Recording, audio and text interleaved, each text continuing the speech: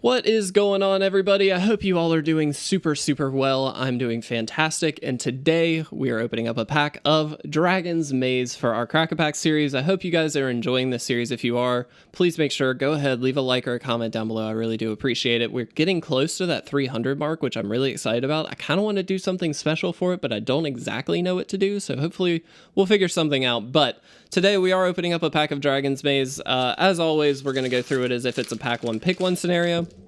So we'll do the best we can to figure out what our pack one, pick one would actually be if we were drafting this set. I did not draft this set during the time of its release, but I have actually a couple times since. Don't know every single card in this set. It was a very small set, but it was a fun one, and so I'm hoping to pick up something really interesting here.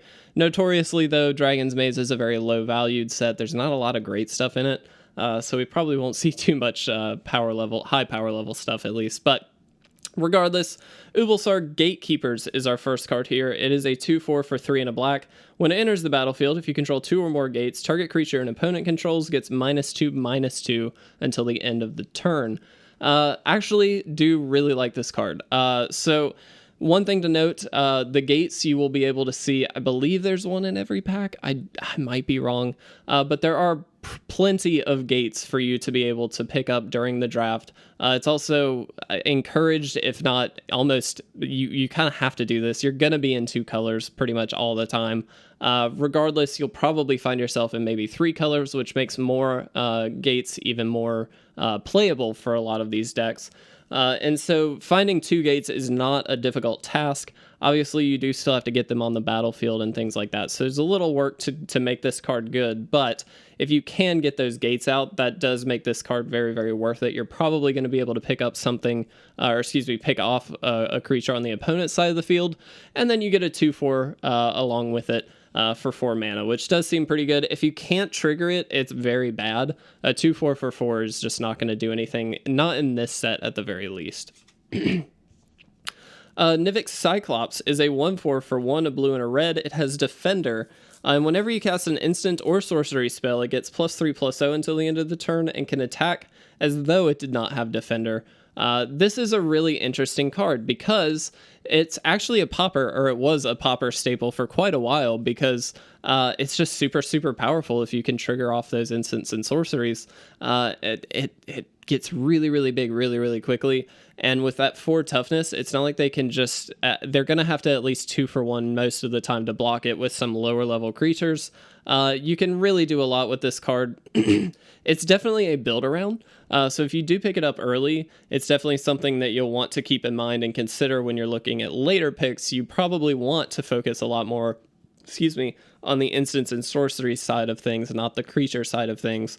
Definitely a good card, though. I like it more than the Gatekeepers, because even at its worst, it's still a really good just defender. It's going to stall the game a little bit, hopefully get you where you need to be, so do like it quite a lot. Is It Cluestone is an artifact for 3 mana. You can tap it and add blue or red to your mana pool, and then you can pay both blue and red and tap it, sacrifice it, and then draw a card. There's a cycle of these for every guild. I don't know if all of those guilds are in this set, but there's definitely at least 5 of them. And they're playable depending on the guild that you're in. It's better in like an Is It guild. This is definitely one of the more playable ones, I would argue. Selesnya is also quite good, but something like Rakdos tends to suffer a bit when all you're doing is playing a ramp spell on turn 3 in a deck that you really don't want to be ramping in. It's very aggressive, and that's kind of the whole point of the deck. And so if you're taking a turn off just to ramp, it doesn't seem like it's all that great. Is It Cluestone? Definitely a playable card, but not something you want to pick up early. Definitely something later in the pack. Mutant's Prey is an instant for 1 green. Target creature you control with a 1/1 counter on it fights target creature an opponent controls. Excuse me. This is very good in the Simic deck, which is the blue-green deck. A lot of 1/1 counters bouncing around on all kinds of creatures there. And so being able to trigger this very easily in that deck is definitely where you want to be. That doesn't mean it's not playable in other strategies and things like that, but you definitely have to have those 1/1 counters, otherwise this is just a dead card. In that deck, very, very good, but I'd rather be in that deck before picking this card. I don't want to just dead pick this too early and then not end up in that guild, or have absolutely no synergy with 1/1 counters. So definitely dependent on the deck that you're in. Steeple Rock is a 3/1 for 4 and a white. It has flying and first strike. This is a perfectly okay card. It's not amazing, but because it has first strike in particular, it does make it a lot better. It is a 3/1 for 5, but that flying in particular makes it evasive, and then that first strike makes it really difficult for other flyers to just deal with it in combat. Obviously, if they can only deal 1 damage to it, that's all they need, but it is going to get through a lot of creatures. I don't think it's first pickable by any means, but it is definitely a strong pick. Riot Control is an instant for 2 and a white. You gain 1 life for each creature your opponents control, and then prevent all damage that would be dealt to you this turn. I don't like this card. It's a very stall card. It does everything a regular stall card would do. Well, a lot of different stall cards would do, I should say. It gains you life, and then it prevents damage. I don't think that those are very viable strategies, at least not in limited. And so for me, this is just an absolute trap for any new player or anybody that just feels like this is a good card. It's really not. Trust me when I say these are all pretty much bad in draft. Punish the Enemy is an instant for 4 and a red. It deals 3 damage to target player and 3 damage to target creature. This is a really, really great haymaker removal spell in my mind. So it deals not only 3 damage to the opponent directly, but it also is probably going to be able to pick off one of their creatures pretty quickly as well. I love this. At instant speed, it's fantastic. I like this over the Cyclops because this is good in any deck. The Cyclops is really only good in its own deck, which you have to build around a little more. This you do not. So definitely in this. Ironically, they both go in the same deck, but it is just very, very good. Deputy of Acquittals is a 2/2 for a white and a blue. It has flash, so you can play it at instant speed. When it enters the battlefield, you can return another target creature you control to its owner's hand. Excuse me. What I actually like about this is it synergizes with itself. So if you have multiple of these, you can just start flashing and then putting them back into play. Kind of fun, but the idea here is that you get a lot of enter the battlefield triggers. So the Azorius guild in particular had Detain as a big mechanic, which basically helped you tap down the opponent's board and get some really big tempo swings. Being able to play a Detain creature, flash this in, and then be able to put that creature back into your hand and then play it again to get that extra Detain is great. That's really the idea behind this card. This is definitely a very, very good one for the Azorius deck. My argument is, while it is a very good card, I don't think it's great unless you have those cards. So I would rather pick those cards up first. I'd rather have some things that do something when they hit the battlefield before picking up the deputy here.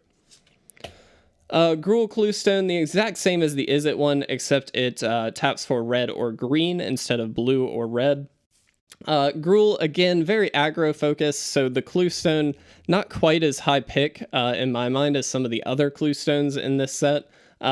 If you're struggling for picks, it's definitely not a bad one. It definitely fits those colors, but not by any means something you want to pick up early. Our first uncommon here is actually one of the fuse cards, so it's Protect and Serve. Protect is an instant for 2 and a white. Target creature gets +2/+4 until the end of the turn. And then Serve, 1 and a blue, instant as well. Target creature gets -6/-0 until the end of the turn. Fuse means that you can play both halves of these if you pay both of the mana costs together. So for 5 mana in total, you can actually do both of these things. These split cards are really good just because they give you a 2-for-1 value always. It just means that you can play both halves of these if you want, or you at least have access to one side if a particular case comes up and you happen to need it. This obviously just a combat trick, but definitely a really good one. Definitely one that I would want to play if I was in Azorius for sure. I don't think it's better than Punish the Enemy, to be honest, but it is very, very good. Combat tricks are always welcome in my mind. Maw of the Obzedat is 3/3 for 3, a white and a black. Sacrifice a creature, and then creatures you control get +1/+1 until the end of the turn. This encourages a aristocrats style strategy where you sacrifice creatures and then gain value off of them. which is very synergistic with the Orzhov guild, which is the white-black guild. Not a surprise. Lots of really interesting synergies with stuff like this. However, I don't know how great this card is. It is a 3/3 for 5, but sacrificing a creature in limited is a bit more punishing than if you were to do it in constructed, where you can really truly build around it. Limited, obviously, you pick out the cards that you need, but you're limited to whatever the pack is giving you. In my opinion, that's a very risky pick. However, it can be a very worthwhile one. It just depends. If you're willing to weigh that risk against that, then go for it. Karazda Gorgon is a 2/5 for 3 of black and a green, has Death Touch, and then you can pay 2 and remove a 1/1 counter from a creature, that you control. Target creature gets -1/-1 until the end of the turn. This works very, very well with Scavenge, which is the Golgari mechanic, which does put 1/1 counters on a lot of creatures. It's very, very good, very synergistic with the graveyard and things like that, and this being a removal spell kind of on a stick is very good as well. So I do really like this card. I don't know if it's better than Punish the Enemy. I'm going to keep them together for now. Our rare is Obzedat's Aid. It's a sorcery for 3 a white and a black, and return target permanent card from your graveyard to the battlefield. Definitely a powerful card, and definitely one I would be willing to play. I think it's better than the other cards that we have so far, solely because it's giving 2-for-1 value on whatever permanent you're looking for. It also has just synergy. If you can ditch it into your graveyard, if it's a big expensive spell, for 5 mana you can bring it back versus paying the actual cost. So a lot of upside to something like this. I think this is a really powerful card, so I would take it here. We did actually get a foil rare, Possibility Storm, which is hilarious. Definitely not a limited card, but it's an enchantment for 3 and 2 red. Whenever a player casts a spell from his or her hand, that player exiles it, then exiles cards from the top of his or her library until he or she exiles a card that shares a card type with it, creature, instant, etc. That player may cast that card without paying its mana cost. Then he or she puts all cards exiled with Possibility Storm on the bottom of his or her library in a random order. So this is very much a Chaos Commander card. It is very not suited for limited, let's be honest. It's hilarious, and if you really just want to have fun, then go for it, but it is not good. I can't really say more than that. Orzhov Guildgate is enter the battlefield tapped, and it adds white or black. Again, I believe there's a Guildgate in every pack, so they are easy to pick up. I do not pick them up early. Definitely something you want to pick up in the middle to late of the pack, but I think Obzedat's Aid is the one I would pick. There were a couple really, really good cards in this pack, though, so I could definitely see something, or at least an argument, for some other cards. Please let me know in the comment section below if you disagree with my picks. I'm happy to talk about that and hopefully find out your opinion on it. But if you enjoyed this video, please make sure to leave a like or a comment down below. And as always, please make sure to subscribe to stay up to date on all of our awesome content. But with that, I'm going to get out of here. Thanks so much for watching, guys. I'll see you in the next Crack-A-Pack episode.